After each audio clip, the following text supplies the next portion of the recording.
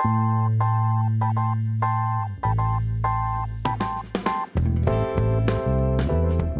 everyone, Matt Pisarcik from RazorEmporium.com. Today's video is going to cover all things Schick injectors. What is a Schick injector? How do I use one? And why do I need one in my shave den? So the original inspiration for a Schick razor came from an automatic rifle. Something where you have a clip full of bullets that gets loaded into a rifle without having to touch the bullets in the process. The same concept applies here. We have a magazine that's full of blades. It's also called a key, and you put it into the head of your razor, and as you load this little plunger, a new blade goes right across your guard, and you have safely loaded a single edge style injector blade without having to touch it. This was the brilliance of Lieutenant Colonel Jacob Schick. He got back from World War I and loved the rifles so much he wanted to apply it to razors. In today's video, we're also going to look at all the different models that were put out from model A through M. So starting in 1926, we have the original Type A razor. Now this was actually referred to as the magazine repeating razor. And the other early models, Type B and Type C, also carry this name. You would actually load a clip into the handle and advance this plunger to get your blade to unload and load. Then you would turn your razor head 90 degrees and begin your shaving. So these razors are great. They are made of aluminum and brass. They had a couple different versions. Like I said, you have the later version, the Type B, a few years later. Went to a squared handle versus a round tube. Solid brass. And then later to the Type C, or what's known as a simplified. So once again, you'd have a clip full of your blades, and today you can actually get original injector blades and take them out of their key, put them into your clip here, and simply load it into the handle, and you can see that methodology working just like that. As you go from the Type A, B, and C to the Type D, that's the first time the word injector is used. It's because they no longer are putting the clip full of blades into the handle, but now you're using this larger key, as it's called, to open up the razor head and inject on a blade. The Type D is pretty cool because it comes apart almost like a pair of scissors, and a lot of people like these because they're really easy to clean. So after the Type D, you see a progression to Bakelite style handles, and these are the most common ones. You'll find these a lot out antiquing. A lot of them actually rotate the spring here to the side so you can open up and clean it. These ones deliver great shaves, and they can also be loaded in with traditional style magazine keys. The next one, they kind of return back to a metal style handle. It's aluminum again. And this came in a Bakelite case. It's kind of got what's called an Art Deco kind of look to it. And these are almost always in pretty rough shape just because the materials, the Bakelite, warped and cracked, but very collectible. So if you're interested in one that's a collectible, definitely the Type F. We move on to Type G, and it really almost mimics, it's been like the 40 Super Speed if you're familiar with Gillette's line. And you'll notice that kind of theme.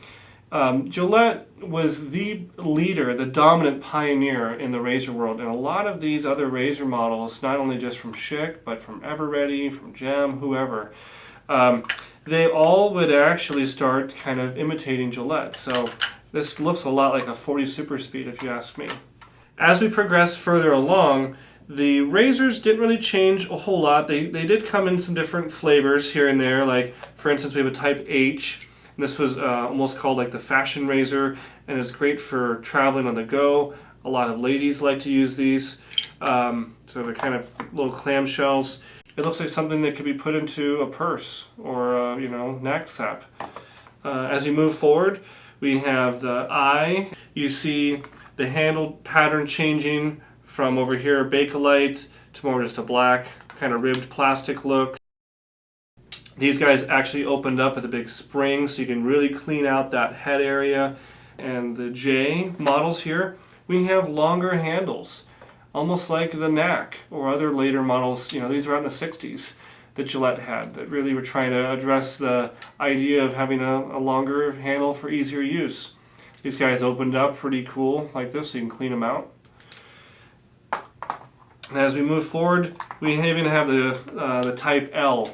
These guys feature a stick shift handle and a racquetball or tennis grip kind of handle. And again, something really kind of popular in the day, kind of a fad. All of these, including the Type M, like Mary, this is a adjustable style razor. So just like the Fat Boy was trying to adjust to a man's shave, and you can notice the packaging looks very much like a Gillette adjustable packaging. They wanted to have guys be able to dial in exactly the kind of shave they wanted. So this little dial in the back actually moves the razor guard closer to or further away from your face, so you can dial in the perfect shave. But if the history doesn't get you, let's talk more about the nuts and bolts of how to actually use one of these and how they compare to using a traditional double-edged razor. So the very first thing you notice when you go to actually use one of these Schick Injector Razors is the different angle that's required. So when you use a double-edged razor, you'll find yourself at maybe that 20-25 degree kind of sweet spot. You're going to find this a lot more closer to a near perpendicular to your face. The way the blade's actually held in the guard, you'll find yourself doing this a lot more. And I really think that a light blade buff action is really what's great to use on an injector. And the feel alone is completely different. It's a lot more like a gem or a single edge or even a straight razor in terms of the way it feels. It's going to feel stiffer, but with that stiffness comes a little bit more ability to just kind of plow through the hair. I find that I can go through multiple days of stubble with an injector razor, and it just doesn't seem to really matter. I think that the stiffer the blade is, and maybe just kind of the angle of how they're set up, the geometry, lends itself to a great shave. I really enjoy using these guys. Last but not least, one thing you need to think about is how do you actually upkeep your razor? How do you clean it, and how do you keep it stored? So if you're going to use this razor all the time, for sure it probably is fine just to leave the blade in there. You probably can get several shaves out of one blade, so might as well. If you're not going to use it all the time, if it's going to be something just in your rotation, you probably should take that blade out and move on to another blade when you're ready to use it again. I find the easiest way to take a blade out is to actually open up the head using the key and take something that maybe you have, like let's say a letter opener or a small screwdriver, and actually just kind of scoot the blade out very carefully. So I find that once you open up the head and take out the blade, if you're going to clean this or store this, it's a lot easier and a lot more sanitary. That way you don't get rust deposits forming, and in general it's just a lot better for the life and duration of your razor.